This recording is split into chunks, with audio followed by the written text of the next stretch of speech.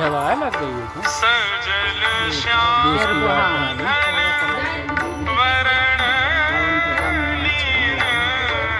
दिल्ली देश की राजधानी है तो दमोह में आने दिल्ली में अब आ रही दमोह में आने कम से कम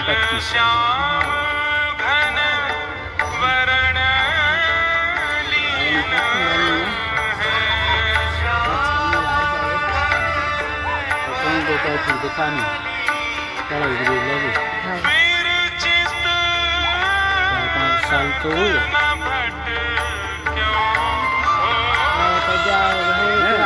जो हम लोकल उनकी रुकती ही नहीं करते वो तो दिल्ली में हैंगे दिल्ली में टिकट की कंपनी ही निकल ली थी नौकरी न कर ली थी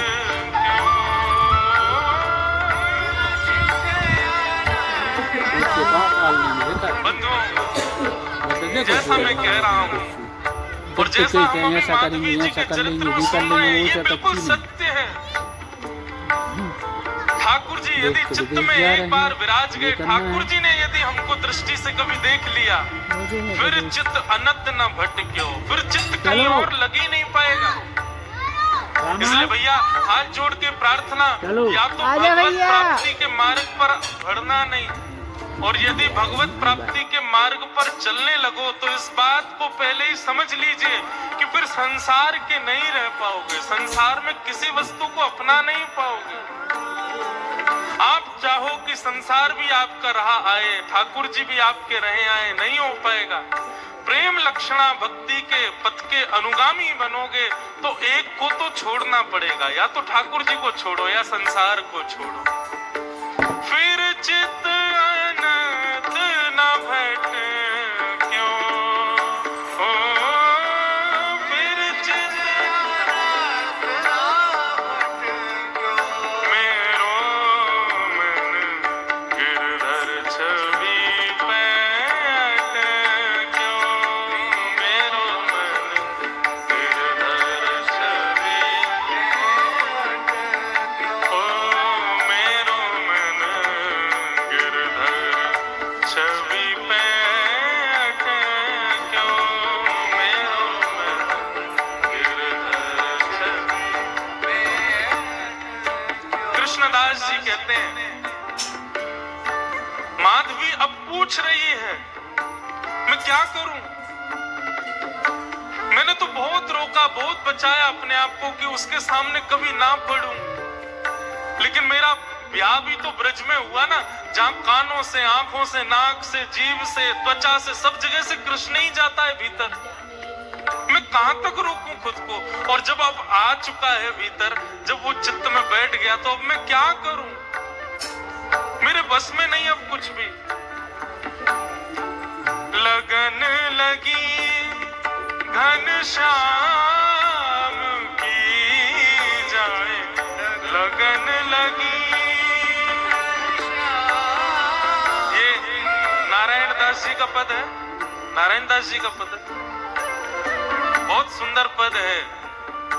वे कहते हैं, एक बार जिसको ठाकुर जी की लगन लग जाती है, लगन लगी घनश्याम की जाए, लगन लगी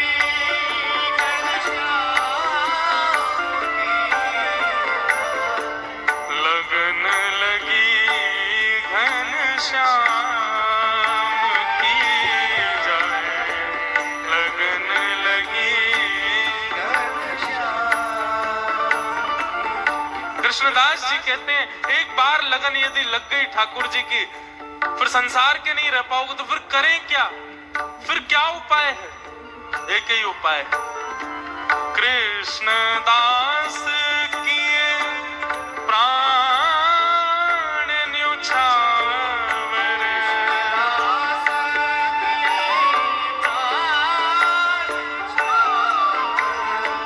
कृष्णदास किए प्राण न्योछावर,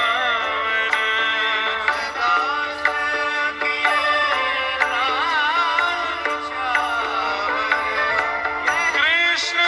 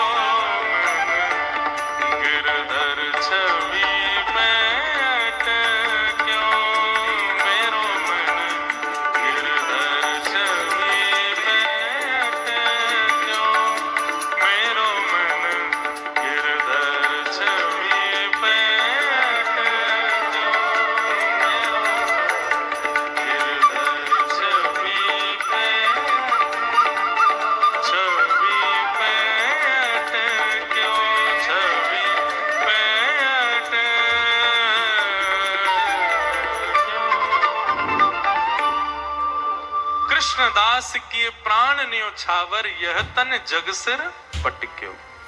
इसका मतलब क्या है? मतलब प्राण त्याग दें अपने? नहीं। कृष्णदास किए प्राण न्योछावर का मतलब जीवन न्योछावर। अब जीवन की हर स्थिति ठाकुर जी को अर्पित करो। अभी हम लोगों ने अपना पूरा जीवन किसको अर्पित कर रखा है? अपने तन को।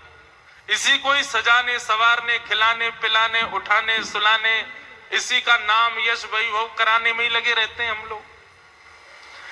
लेकिन वैष्णव भक्त का एक एक क्षण केवल ठाकुर जी के लिए होता है। इसलिए मैं पहले ही टर्म्स एंड कंडीशंस बता दूं, या तो इस भक्ति के मार्ग के अनुगामी बनना मत, बनो तो इस बात को पहले ही समझ लेना कि संसार की फिर कोई क्रिया नहीं कर पाओगे। मीराबाई का चरित्र मनोमंथन के लिए सुनिएगा, मनोरंजन के लिए नहीं। कहीं मीराबाई का चरित्र हृदय में घर कर गया तो फिर संसार के नहीं रह पाओगे आप। जो मैं बीच में पंक्ति छेड़ रहा था, मीराबाई की स्थिति क्या है? पद में कहते हैं, भजन तो भूल जाओ, 4 दिन पद ही सुनो। क्या कहते हैं? नारायण जी का पद है, लगन लगी घनश्याम की जाए, लगन लगी घनश्याम की जाए, लगन लगी घनश्याम। स्थिति क्या होती है? धरत कहूं पग परत है कितहूं, रखोगे कहीं पैर और जाएगा कहीं। धरत कहूं पग परत कितहूं, भूल जाए सुधि धाम की, छवि नहीं रह सार कछु, छवि निहार नहीं रह सार कछु, धरि पल निस दिन जाम की जाए, लगन लगी घनश्याम की जाए, लगन लगी घनश्याम की। बंधुओं, ठाकुर जी कुछ रूपों से आकृष्ट करते हैं। 5 रस तो प्रमुख हैं, रूप रस स्पर्श गंध और शब्द। जरूरी नहीं है कि कथा से ही आपका चित्त पकड़ा जाए, लेकिन एक बात समझिएगा, कथा से ठाकुर जी के नहीं हो पाए तो बाकियों में संशय हो सकता है कि बाकियों से ठाकुर जी के हो पाओगे। या तो ठाकुर जी का रूप देख करके आप उनके आसक्त हो जाओगे, या तो ठाकुर जी के रसयुक्त कीर्तन पद को सुन के उनके हो जाओगे, या तो ठाकुर जी के या ठाकुर जी के वैष्णवों के स्पर्श से उनके हो जाओगे, या ठाकुर जी की सुंदर गंध यानी कि उनके अनुभव से उनके हो जाओगे। लेकिन रूप रस स्पर्श गंध ये चारों तब तक सार्थक नहीं होंगे जब तक शब्द से उनके नहीं होंगे, मतलब कथा से उनके नहीं होंगे। माधवी के साथ क्या हुआ? 24 घंटे ब्रज में कृष्ण की चर्चा चलती रहती है, तो ना चाहते हुए भी कृष्ण चिंतन जा रहा था चित्त में, कृष्ण की कथा प्रवेश कर रही थी चित्त में। चित्त में कथा ने प्रवेश किया, तब रूप ने आकृष्ट किया। कथा पहले आएगी जीवन में, और माफ कीजिए जिसके जीवन में कथा ने प्रभाव नहीं किया ना, वो उसके सामने ठाकुर जी खड़े भी हो जाएंगे तो भी उसका कुछ नहीं होगा। कथा प्रथम आसक्ति है। आपके श्री रुक्मणी जी ने जब द्वारिकाधीश को पत्र लिखा, क्या कहा कि श्रुत्वा गुणान भुवन सुंदर शृण्वताम ते। श्रुत्वा गुणान, मैंने आपको सुना है, और जब से सुना है तब से आपसे प्रेम किया है। मतलब बिना सुने प्रेम नहीं हो सकता। कई लोग कहते हैं महाराज जी तीर्थ दर्शन करा दो, हमको प्रसाद पवा लो, कुछ भी करा लो, कीर्तन में नचा लो, कथा सुनने की मत कहो। तो मेरे मन में आता है इस जन्म में तो ठाकुर जी तुझको कभी नहीं मिलने वाले, तू कथा से तेरे में रति नहीं है, कथा से तुम्हारे अंदर हृदय में प्रीति नहीं है, तो चाहे तुम कितने भी साधन कर लो। श्रीमद् भागवत में लिखा श्रम एव ही केवलम। यदि आप सारी क्रिया करते हो लेकिन कथा से रुचि नहीं है तो आपके द्वारा की गई समस्त क्रियाएं श्रम है। आहा, मीराबाई, माधवी, अब स्थिति हो गई धरती कहीं है, पैर जाता कहीं है, चलती कहीं है, बैठती कहीं है, सोचती कुछ है, करती कुछ है। जित मुंह उठे तित ही धावे। मतलब जहां मुख घूम जाता वहीं को दौड़ने लग जाती हैं। वो खड़े श्याम सुंदर, मुख यहां घूम, अरे वो खड़े श्याम सुंदर। जित मुंह उठे तित तित ही धावे, सूरत न छाया धाम की। स्तुति निंदा करो भले ही, मेड़ तजी कुल जाम की। अब चाहे कोई मेरे भाव की प्रशंसा करे या कोई मेरे भाव की निंदा करे, मुझे उससे कोई मतलब नहीं। अरे तू तो पागल है, तू तो ऐसी है, तू तो वैसी है, कोई बात नहीं। अरे ये तो परम भक्त है, परम वैष्णव है, तो प्रशंसा सुनने से ज्यादा अच्छा भी नहीं लगता, और कोई बुरा कहता है तो बुरा भी नहीं लग रहा है। ऐसी स्थिति हो गई।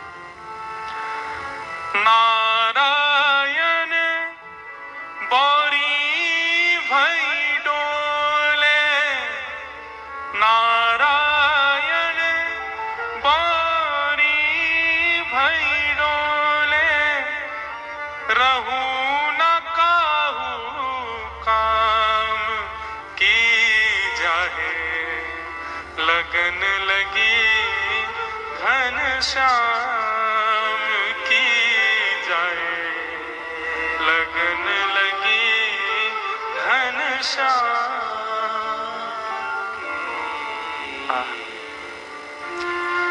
हम किसी काम के नहीं है, आपको पता है।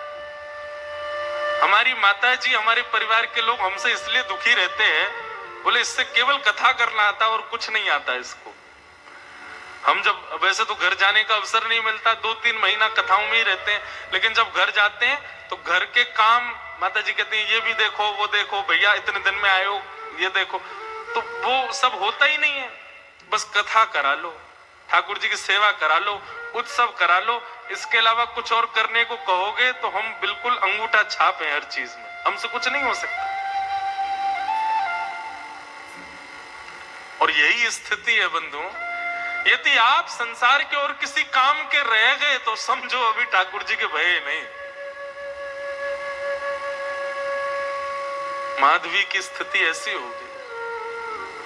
लगन लगी घन श्याम की जाए, लगन लगी घन श्याम। व्याकुल हो गई माधवी, गोपियों से कहने लगी मैं तुम्हारे हाथ जोड़ूं, पैर पूजूं, मुझे नंद नंदन के पास ले चलो। बंधुओं, ये हमारे ब्रज साहित्य की कथा है। ब्रज की कोई गोपी जब उसको ठाकुर जी का दर्शन करना होता था तो क्या करती थी? यमुना जल भरने जाती और चलते चलते धूप का बहाना लगा के कि धूप में चक्कर आ गए और चक्कर खा के गिर जाती, और फिर उस पर जल डालो, औषधि पिलाओ, किसी से ठीक नहीं होती। तब 2-4 गोपी जाती ठाकुर जी के पास, बोले एक गोपी बेहोश हो गई, चलो। ठाकुर जी आते फिर, और ठाकुर जी आकर के वाक्य कान में आकर के कहते चल रही गोपी जल्दी खड़ी है, जा मैं आ गयो। सोई गोपी चेतना में आ जाती, ठाकुर जी को देख लेती, ठीक हो जाती। ठाकुर जी वैद्य बन गए, वैद्य राज। गोपियों की चिकित्सा करते हुए घूमते हैं। एक बार एक गोपी की मैया बोली, बोले एक लाला बड़ो कान में कहा बोले, सबरी गोपी उठ के खड़ी है जाए। एक बार वो वृद्ध गोपी ने विचार किया, आज मैं बीमार होके देखूं, मैं देखूं कहा बोले कान में। उसकी भावना तो कुछ थी नहीं, ठाकुर जी के प्रति प्रेम तो था नहीं। ऐसी चलती चढ़ती हाय राम गिर गई करके बेहोश हो गई। गोपी बोली अरे बेहोश हो गई है सासू मां, कन्हैया को बुलाओ। ठाकुर जी आए, ठाकुर जी आके देखते ही पहचान गए, बोले भाव नहीं है, जबरदस्ती पहचान करना चाह रही है कि मैं कान में क्या बोलता हूं।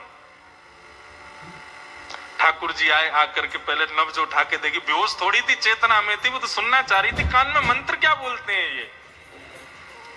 ठाकुर जी ने पहले नब्ज देखी और फिर वो जो पड़ी थी उसकी बहू से बोली, अरे तेरी सासू तो बहुत बीमार रह गई है, याकू तो बड़ो वालों मंत्र देना पड़ेगा।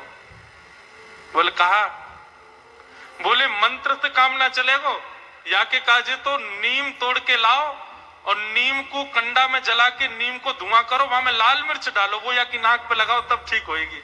इतने में सास उठ के खड़ी है गई, मैं ठीक है गई लाला, है गई ठीक, तेरे फार्म पूजू, बस अब कचूना चाहिए। श्याम सुंदर ऐसे गोपियों की चिकित्सा करते हैं। लेकिन आज जब माधवी की स्थिति ऐसी भई, गोपियां गई, बोले लाला एक नई गोपी आई है, अचेत पड़ी है, लाला एक बार दर्शन दे दे। बोले कहा नाम है बाको? माधवी।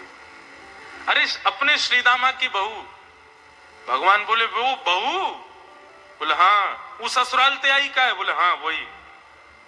वाकू तो अपना मुख नहीं दिखाऊंगा। अरे बड़ी इतरा रही, मैं बात से पाम पूछ रहा हूं कि अपना मुख दिखाए दे, मुंह को दिखाया हो नहीं माने, पड़ी रहने दो, मैं आऊंगा वाक के पास। वाकू तो मैंने वचन दिया है कि वो तड़पेगी मेरे रूप को देखवे के काजे। ठाकुर जी नहीं गए माधवी से मिलने, क्योंकि ठाकुर जी चाहते थे कि यह विरह वेदना कलयुग में प्रेम लक्षण बन के जन्म लेगा, इसलिए विरह देना पड़ेगा।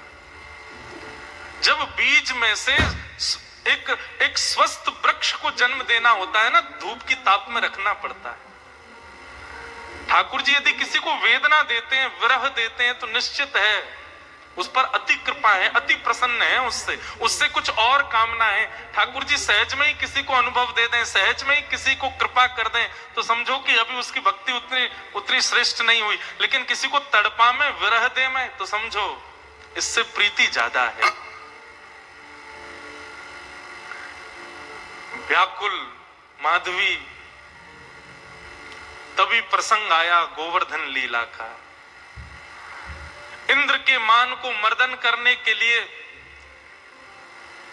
भगवान श्री कृष्ण ने जब गोवर्धन पूजा का कार्य रखा, सब ब्रजवासी गए, गोपियां गई। हरी माधवी वैसे तो कन्हैया आवे ना है, लेकिन आज सब ब्रजवासी जा रहे हैं, आज तो को कन्हैया जरूर दिख जाएगा, चल।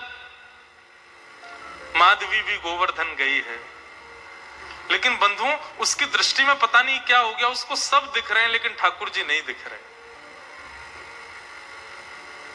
गोपियों से कहे कहीं दिखे श्याम सुंदर? बोले वो तो घूम रहे सामने, देखे तो ठाकुर जी ओझल हो जाएं, ठाकुर जी कहीं छुप जाएं, मानो कोई लता पत्र अपने आप आगे आ जाए, बाधाएं अपने आप खड़ी होने लगी और त्यों त्यों व्याकुल हो गए माधवी।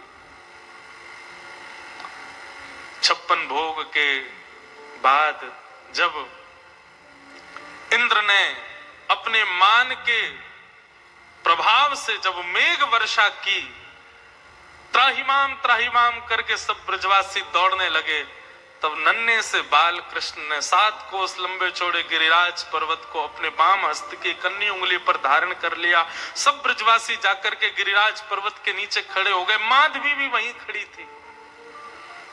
गोपियों से बोली, मैं प्राण हाथ जोड़ूं तुम्हारे, एक बार मुझे दृष्टि गोचर करा दो, एक बार उसका दर्शन करा दो बस। गोपियां जैसे तैसे भीड़ के बीच से लेकर के उस मुख्य स्थान पर गई जहां ठाकुर जी खड़े थे, सबको दर्शन हो रहे थे।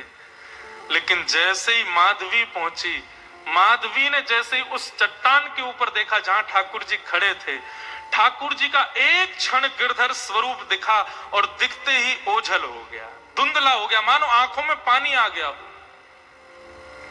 खूब मीड़े, खूब जल डाले, लेकिन ठाकुर जी नहीं दिखे। प्राण निकलने को होने लगे माधवी के, लेकिन निकल भी नहीं रहे हैं। सिर पकड़ के बैठी है, प्राण ही निकल जाए, नहीं दिख रहे हैं। तो चरणों में सर झुका दिया, बोले क्षमा कर दो, मैंने अपनी माँ के गलत उपदेश का पालन किया, जिससे मुख छुपाना नहीं था उससे छुपाया, मुझसे अपराध हो गया नाथ। ठाकुर जी बोले माधवी, अब तो तुझे मेरा रूप नहीं दिखेगा, अब तो प्रतीक्षा कर। कितने वर्षों की प्रतीक्षा? ठाकुर जी बोले एक युग की प्रतीक्षा।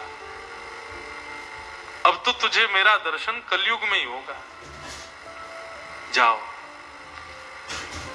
अब मेरी विरह वेदना रूपी भक्ति में ही रहो, उपासना करो मेरे रूप की, उपासना करो मेरी, तब जाकर के तुमको दर्शन होगा।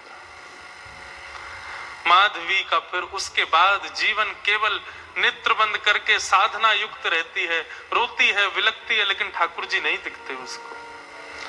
ब्रज की गोपियां भी कभी कभी माधवी के ऊपर तरसती हैं कि बताओ हम कितनी सौभाग्यवंत हैं कि हमको दिख जाते हैं, इसको दिखते ही नहीं है। सब आकर के रूप बताती हैं, आज श्याम सुंदर ने ऐसी पाग पहनी है, ऐसे वस्त्र पहने हैं, ऐसी, उन्हीं का ही चिंतन करके माधवी अपना जीवन यापन करती है। और इसी प्रकार सुन सुन करके ठाकुर जी के रूप माधुरी का अपने जीवन यापन करते हुए अपने प्राणों का परित्याग किया माधवी ने। और वही माधवी की दिव्य चेतना इस आभा मंडल में भ्रमण करती रही।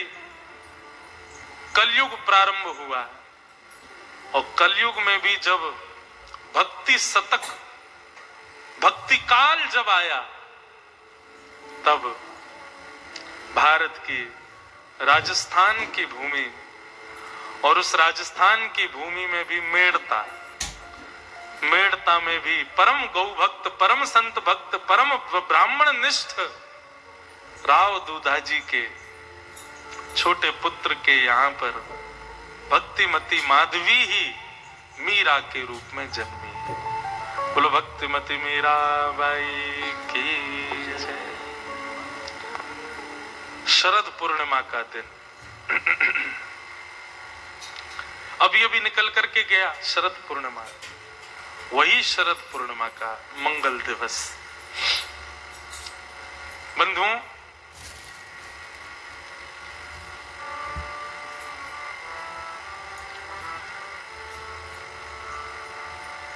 शरद पूर्णिमा के दिन मीराबाई का अवतरण इस बात की पुष्टि है कि वो वही माधवी नाम की गोपी ही प्रकट हुई है, क्योंकि यही शरद पूर्णिमा है जिस पूर्णिमा पर ठाकुर जी समस्त गोपांगनाओं के साथ में आनंद करते हैं,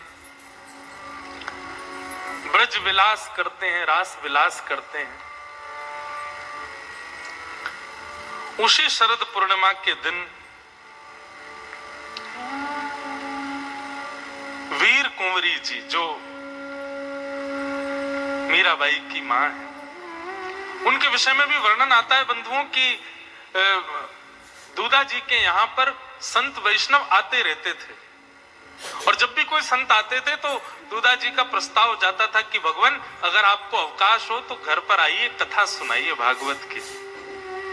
मैं अपनी कथाओं में कहा करता हूं बंधुओं, सूरदास, मीराबाई, कुम्मन दास, रैदास, ये जितने भी भगवत भक्त कलिकाल में हुए ना, सबकी जन्मदात्री हमारी श्रीमद् भागवती है। श्रीमद् भागवत से ही उद्गम हुआ है, इन्हीं के भावों से ही पुष्ट होकर के ये सब पधारे हैं। इसलिए बंधुओं, जीवन में कभी श्रीमद् भागवत का आश्रय मत छोड़ना। श्रीमद् भागवत ही दिव्य चेतना धारण करके जब चित्त में विराजमान होगी तभी भक्ति भाव प्रकट होगा।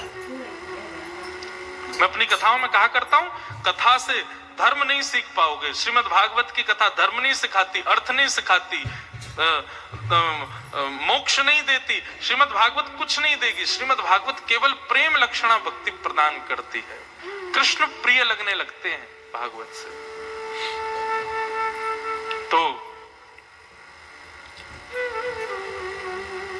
कुंवरी जी बैठ करके कथा सुनती थी, जो भी संत आते थे कथा सुनाते थे। श्रीमद् भागवत की कथा हुई, एक संत सुना रहे थे, तो मीराबाई की माता जी बड़ी जिज्ञासाएं प्रकट करती थी। कथा के बाद में प्रश्न पूछती थी व्यास जी से, अनेक प्रश्न पूछती थी। बंधुओं, ज्ञान सदैव जिज्ञासा के पत्र में ही टिकता है, जिज्ञासा होनी चाहिए। मीराबाई का आप जब चरित्र सुनोगे, इतने प्रश्न करती थी, इतने प्रश्न, और ऐसे ऐसे प्रश्न कि अच्छे अच्छे ज्ञानी चुप हो जाते थे। लेकिन बंधुओं, एक समय ऐसा आता है मीराबाई के जीवन में कि प्रश्नों का समाधान मिल जाता है, सब समाप्त हो जाते हैं। जब तक जिज्ञासा है, जब तक प्रश्न है, तब तक ही बस भाग रहे हैं। जैसे ही सबका उत्तर, कृष्ण आएंगे, सबके उत्तर अपने आप मिलेंगे। और यही हुआ। मीराबाई की माताजी जब कथा सुनती थी, गर्भ में बालक है, और ये तो निधान भागवत में भी बताया गया कि जब गर्भवती माता हो तब तो कथा का आश्रय जरूर लेवे, क्योंकि गर्भ का बालक जब गर्भ में होता है तभी उसकी बुद्धि मति का निर्माण होता है। उस समय कथा सुनाई जाए तो निश्चित बालक पर प्रभाव देगी। तो मीराबाई की माताजी कथा सुनती थी, ऐसे ऐसे प्रश्न करती थी। बोले, भगवान आप कहते हैं कि ठाकुर जी ने मन बनाया, मैं अकेला हूं, बहुत होना चाहता हूं, तब भगवान ने सृष्टि बनाई। जो पूर्ण काम है उसको एको हम बहुश्याम की स्थिति क्यों? जिसको संसार से कोई मतलब नहीं है, जो अपने आप में परिपूर्ण है, उसको सृष्टि बनाने की इच्छा क्यों प्रकट होती है? ये सब प्रश्न कुंवरी जी करती हैं, मीराबाई की पूज्य माता जी।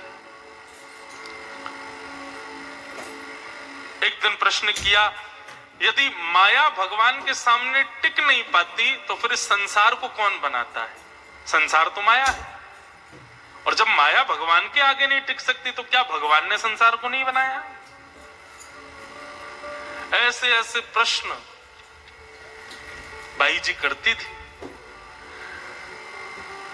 दूधा जी बैठ करके सुनते थे, थोड़े आनंदित भी होते थे। चलो, प्रश्न तो अच्छे हैं, ऐसे प्रश्न जिज्ञासा प्रकट कर रही हैं, इसका मतलब श्रेष्ठता है, कथा सुनती हैं। परंतु बंधुओं, जैसे ही कथा में श्रीमद् भागवत में 10वां स्कंद प्रारंभ हुआ और नंदस्त्वात्मजो उत्पन्ने जाता ह्लादो महामना आहूय विप्रान वेद ज्ञान स्नातः सुचिरलंकृत वाचयित्वा स्वस्तेनम जात कर्मात्मजस्य वै कारयामास विधिवत पितृ देवार्चनम तथा। जैसे ही नंदोत्सव की कथा प्रारंभ हुई, एक दिन 2 दिन निकल गए। अब दूधा जी कहें कि भाई रोज प्रश्न पूछती थी बहू रानी, आजकल प्रश्न नहीं पूछ रही है। पूछवाया, बोले अब कोई जिज्ञासा नहीं तुम्हारी? तो बस सजल नेत्रों से बोल पड़ी कि पता नहीं, जब से कृष्ण जन्म हुआ तब से ऐसा लग रहा है मानो प्रश्न उठता तो है, लेकिन प्रश्न का उत्तर भी हृदय में अपने आप ही आ जाता है। ये बात सुनकर के दूधा जी समझ गए, निश्चित ही गर्भ का बालक साधारण नहीं है। संकेत तो जन्म से पहले से ही होने लगे थे कि भक्तिमती मीरा का अवतरण होने वाला है। और जब शरद पूर्णिमा का समय आया और दास दासियों ने जाकर के दूधा जी को बताया, बोले कि बधाई हो, आपके घर आपके पुत्र के यहाँ एक सुंदर कन्या ने जन्म लिया है। बंधुओं, मीराबाई के चरित्र में आता है कि श्री राव दूधा जी ने मेड़ता में इतना उत्सव मनवाया, इतना उत्सव मनवाया, सुनने वालों को यही लगता था कि लाला हुआ है, सुनने वालों को यही लगता था कि पुत्र हुआ है। लेकिन जब पता चलता कि नहीं, पुत्र नहीं पुत्री हुई है, तो राव दूधा जी की सब लोग जाकर के बलैया लेते, प्रणाम करते, बोले धन्य हैं आप, आजकल वुमेन एम्पावरमेंट की बात होती है, कहते हैं कि प्राचीन काल के भारत में माताओं को नहीं करते थे, माताओं का जन्म की बात सुनते ही माता पिता ऐसा करते आदि।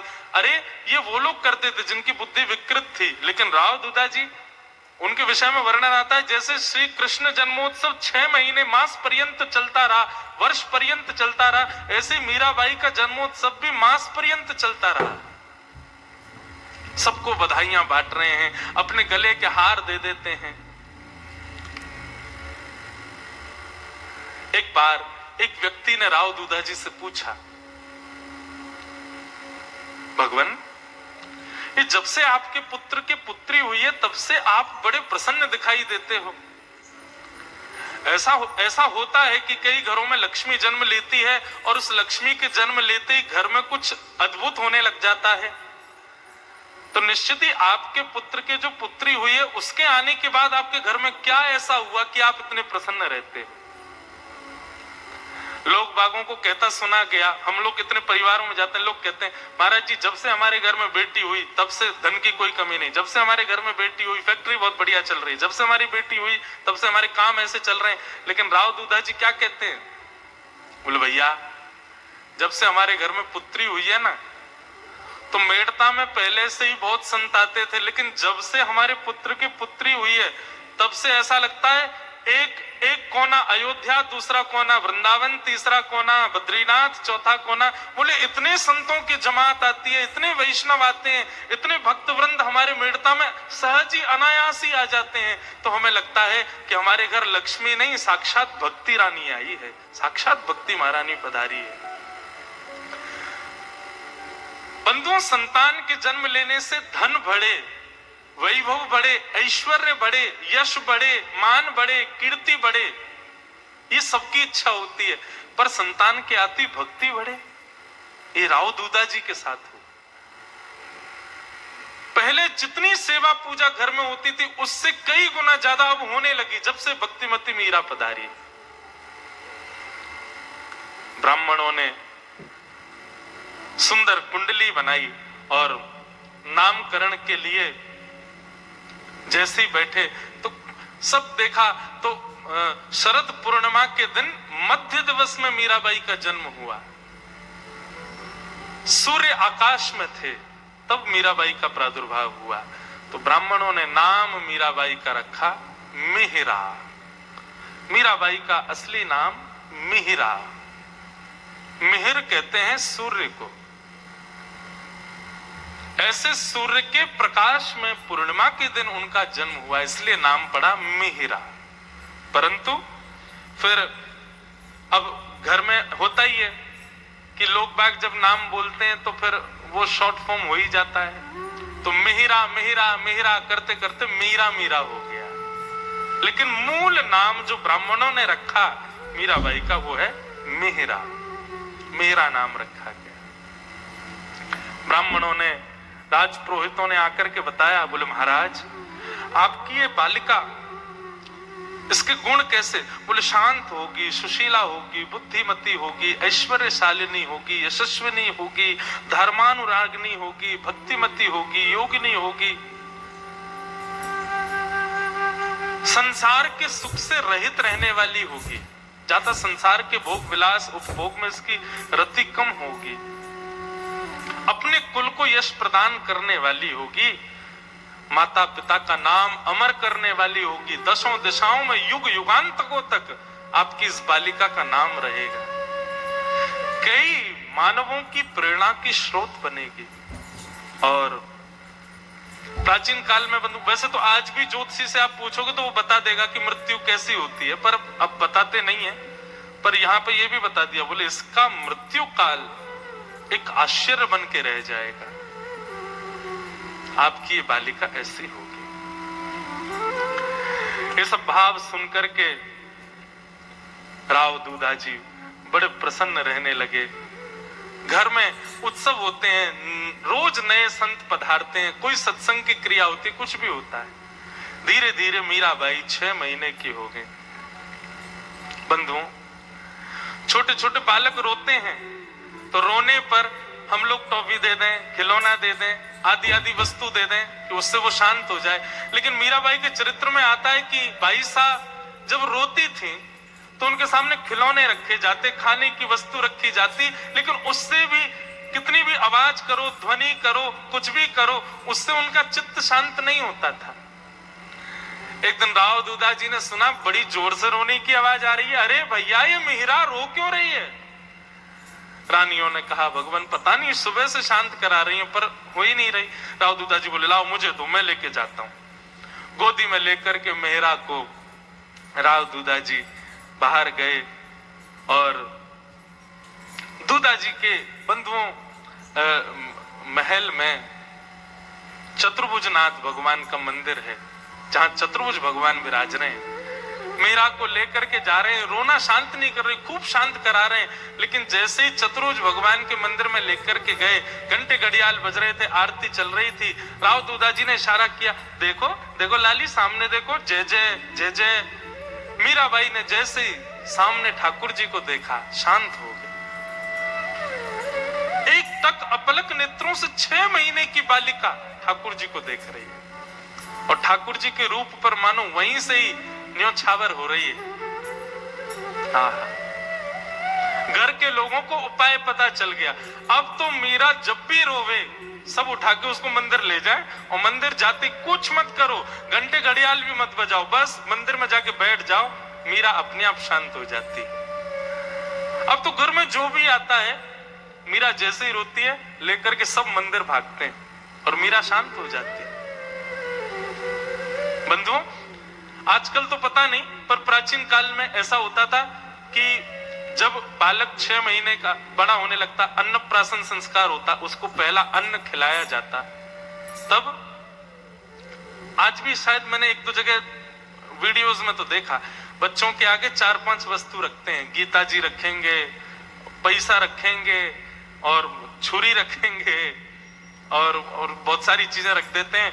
बच्चे को छोड़ देते हैं जब वो गुटमुन चलने लगता है और फिर देखते हैं वो किसकी तरफ आकृष्ट होगा।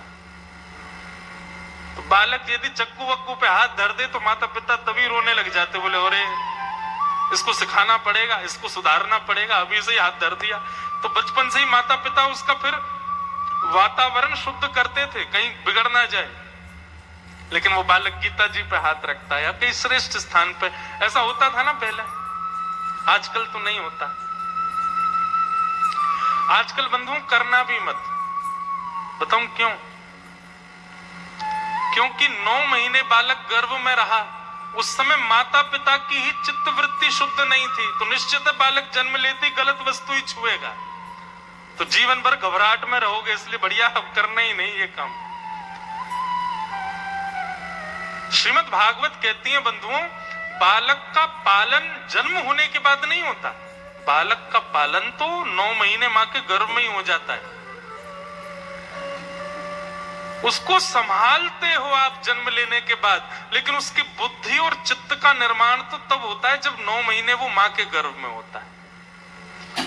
उस समय मां जैसी रहती है, जैसा सोचती है, जैसा करती है, उसका प्रभाव बालक पर होता है। श्रीमद् भागवत में 5 काम बताए गए। गर्भवती माताओं को 5 चीजों का ध्यान रखना चाहिए। 5 काम कौन कौन से? जैसे ही पता चले गर्भ में बालक आ गया है, गर्भ में बालक है, उसके बाद में मां जब तक बालक को जन्म ना दे इन 5 चीजों का ध्यान रखे। क्या? सत्यम, शौचम, दया, दानम, एक भुक्तुम तु भोजनम, वर्षावधि स्त्रिया कार्यम तेन पुत्रोति निर्मल। सत्य वाचन, सत्य बोले, 9 महीने तक मजाक में भी झूठ ना बोले। शौचम यानी कि पवित्रता रखे, अपने आसपास भी शुद्धता का ध्यान रखे। दया, सब पर दया करे, शत्रु भी आ जाए उससे भी प्रेम से ही बात करे। दानम, रोज कुछ ना कुछ दान करे। और 5वां और सबसे कठिन, एक ही बार भोजन करे, बाकी के समय फल खा करके पौष्टिक आहार ही खावे, भोजन एक ही बार करे।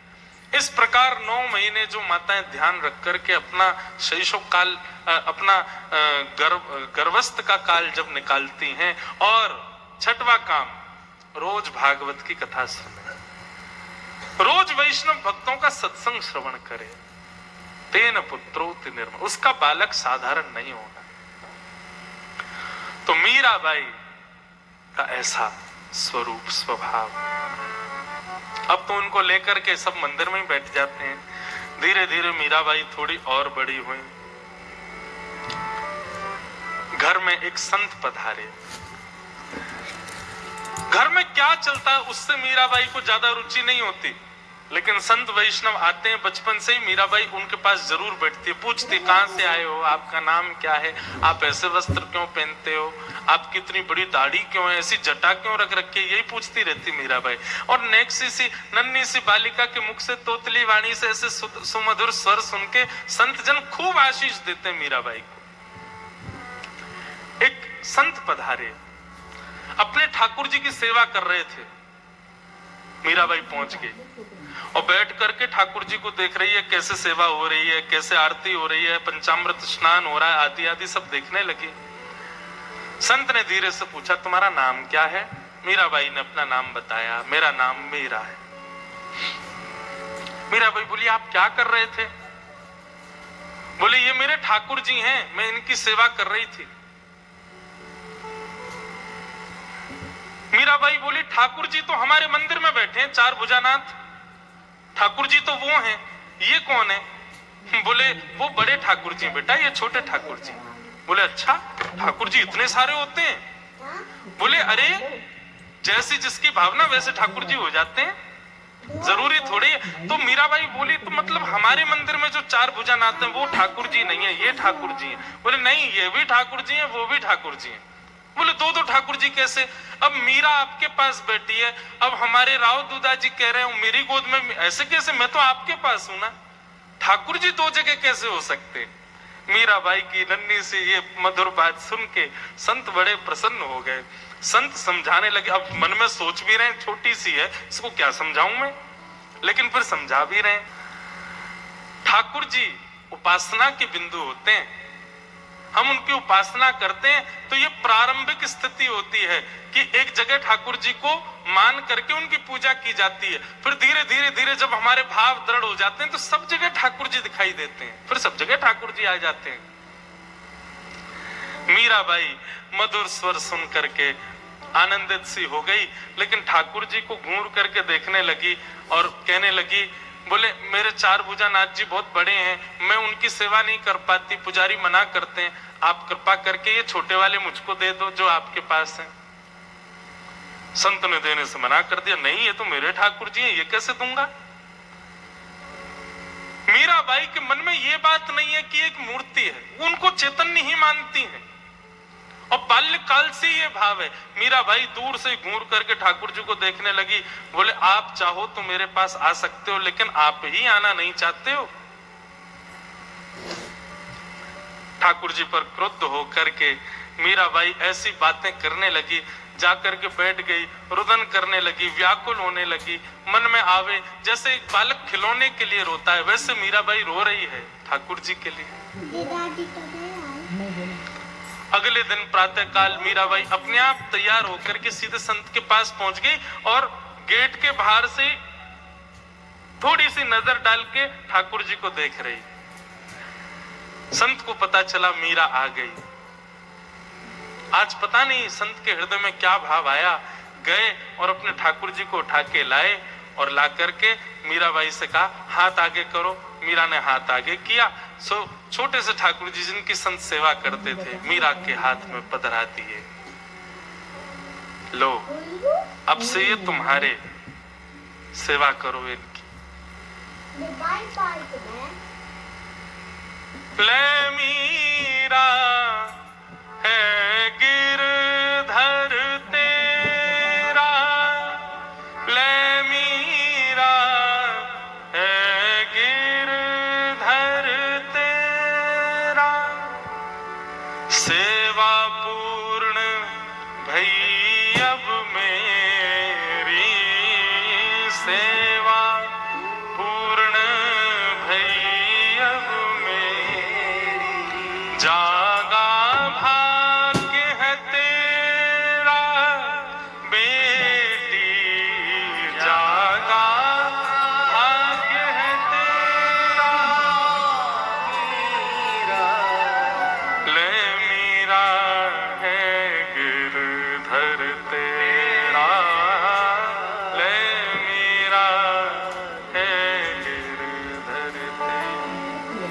मीराबाई को गिरधर प्राप्त हो गए। मीराबाई लेकर के आई हैं, सेवा करती हैं, नामकरण आदि सेवा के भाव अब आगे कथा में आएंगे, उनको हम कल सुनेंगे 4 बजे से। अब गिरधर नागर पधारे हैं, आज आकर के ठाकुर जी शयन कर रहे हैं मीराबाई के पास। बंधुओं, ये मधुर सत्संग यहाँ चल रहा है। आज प्रथम दिवस मीराबाई के पूर्व जन्म और इस जन्म के प्रारंभिक भाव को हमने श्रवण किया, परंतु गांधी धाम जिस भाव को लेकर के हम यहाँ से गए थे वो भाव तो सदा रहने वाला है, और अब आए और उस भाव को ना गाएं ऐसा हो नहीं सकता। जिस भाव का निर्माण इसी गांधी धाम की भूमि पर हुआ, वृंदावन रसामृत, रोज कथा के विश्राम में उसका पाठन तो हम करेंगे। अब तो आप लोगों को याद हो जाना चाहिए, सबको याद हो गया होगा, नहीं हुआ हो तो हमारे साथ भाव से गाओ। हमारे वृंदावन के 7 सप्त निधि और उन सप्त निधियों को उजागर किया गया था इसी गांधी धाम की भूमि पर। आओ उन्हीं 7 निधियों को प्रणाम करते हुए आज के मंगल भाव को विराम देते हैं। सब लोग गाओ। श्यामा हृदय कमल सो प्रगट्यो